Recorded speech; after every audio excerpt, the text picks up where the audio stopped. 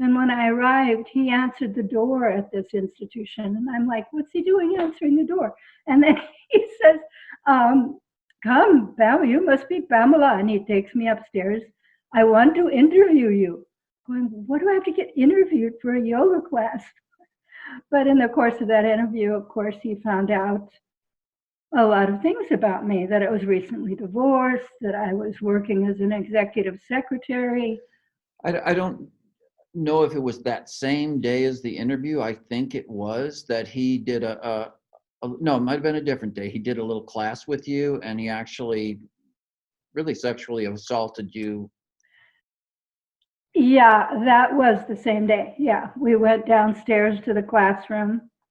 That was after the interview. We came downstairs, and he left me in a yoga posture and he left the room. He put me in this really uncomfortable, fairly uncomfortable posture. I mean, your knees are splayed out, you're seated on the ground, and you're bent over with your head on the ground. So he left the room without telling me. I heard the door closed, and my face is down on the floor. So I'm going, did he just leave?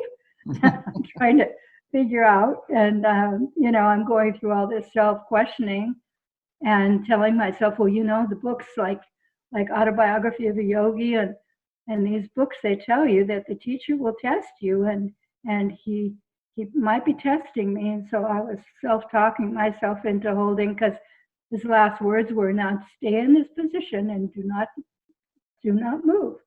So I was trying to follow his instruction, even though I was rebelling like crazy in my head. It's like, what? And then when he came back, he informed me I had done it very well. And then he sat down on the ground, told me to go ahead and lie down. And so I was relieved to stretch myself out. But as I say in the book, I could have relaxed a lot better if he hadn't put his left hand on my right breast. So I again try to convince myself that it was just a test. And I didn't want to insult him and accuse him, because there wasn't a sexual energy about it. And his other hand was on my abdomen, and he was staring off into space like he was psychically reading me. So I just tried to not get too nervous. It sounds like, it sounds like Yogi Bhajan was reading you, but not so much psychically. By that interview that he did, by the test that he put you through that first day, and it wasn't only that, he also made you promise, right, that you were going to be right. his student. Well, oh, yes, you're right. During that interview, he suggested, because I told him I was looking for my guru. I used the word guru at that time. And that I was afraid to go to India, which is where I wanted to go to look for my guru. But I felt it was too dangerous for a white woman to travel alone in India. And since I was single at that point, I was going to go to Europe instead.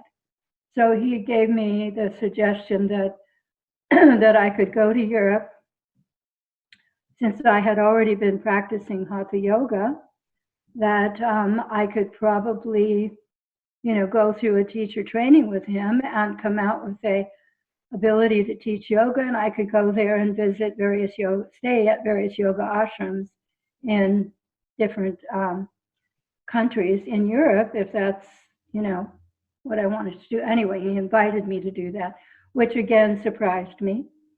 And yeah, so it was like everything he did with me was sort of throwing me off balance, unexpected.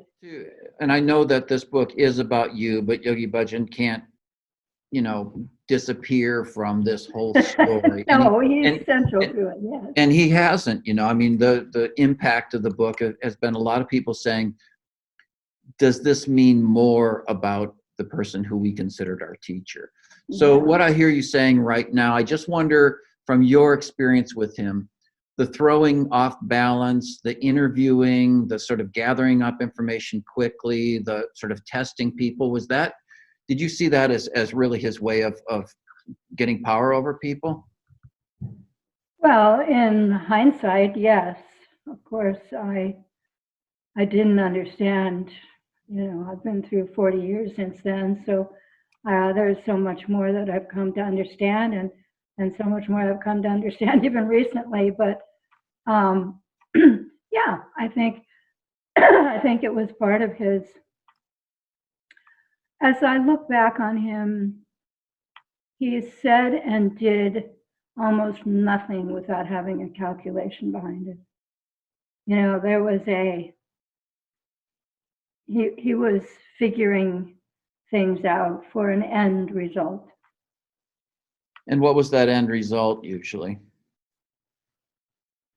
Well, I mean, ultimately, the end result was to become powerful and famous and have a lot of money and control.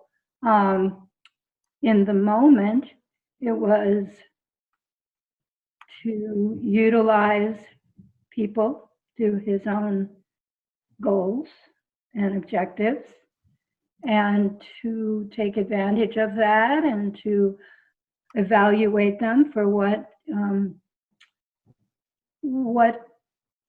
pushed their buttons, what buttons they had that he could manipulate with.